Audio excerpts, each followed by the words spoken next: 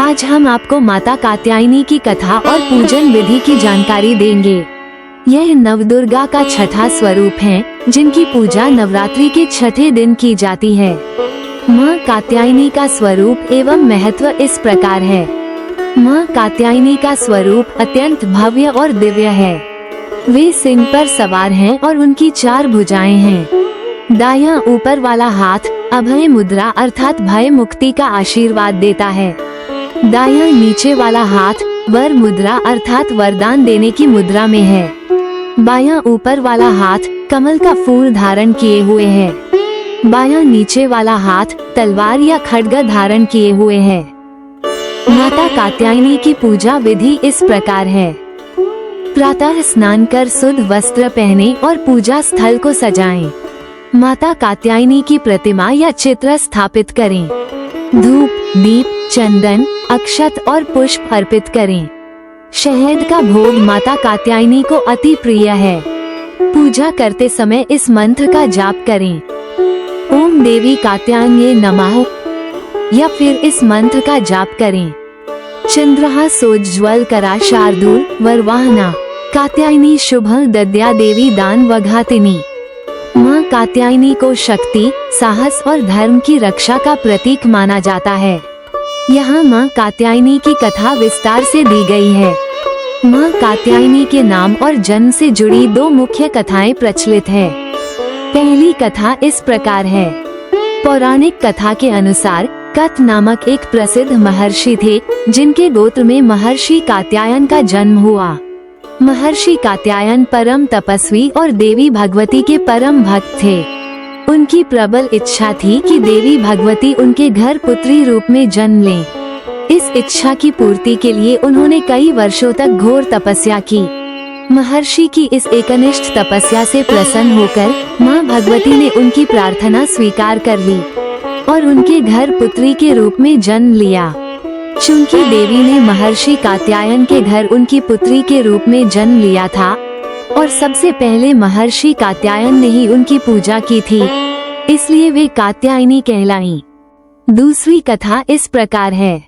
जब पृथ्वी पर अत्याचारी असुर महिषासुर का आतंक बहुत अधिक बढ़ गया, तो सभी देवी देवता परेशान हो गए। महिषासुर को यह वरदान प्राप्त था कि कोई भी पुरुष उसका वध नहीं कर सकता। देवताओं ने ब्रह्मा, विष्णु और महेश की शरण ली।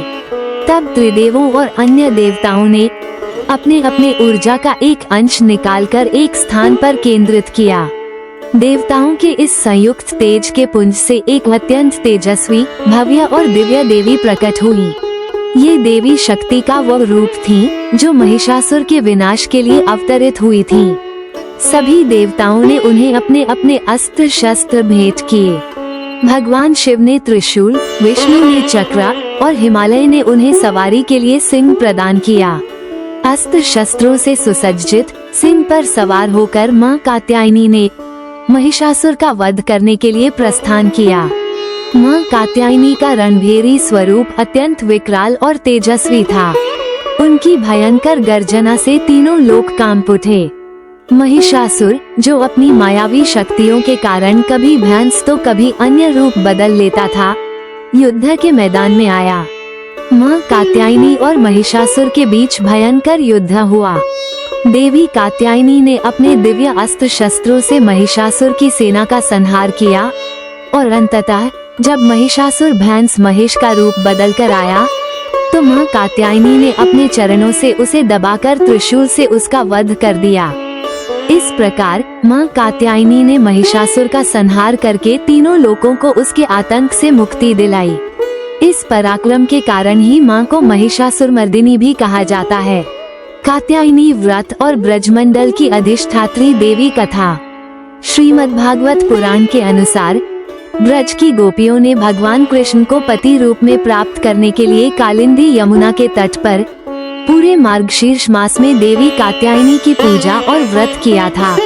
गोपियों की निष्ठा और भक्ति से प्रसन्न होकर माँ कात्यायनी ने उन्हें मनचाहा वरदान दिया, जिसके फलस्वरूप भगवान कृष्ण ने उनके साथ रासलीला की। इस कथा के कारण माँ कात्यायनी को ब्रजमंडल की अधिष्ठात्री देवी के रूप में भी पूजा जाता है। और कुंवारी कन्याएं मनपसंद जीवन साथी पाने के लिए उनकी आराधना करती हैं। देवी का महत्व इस प्रकार है।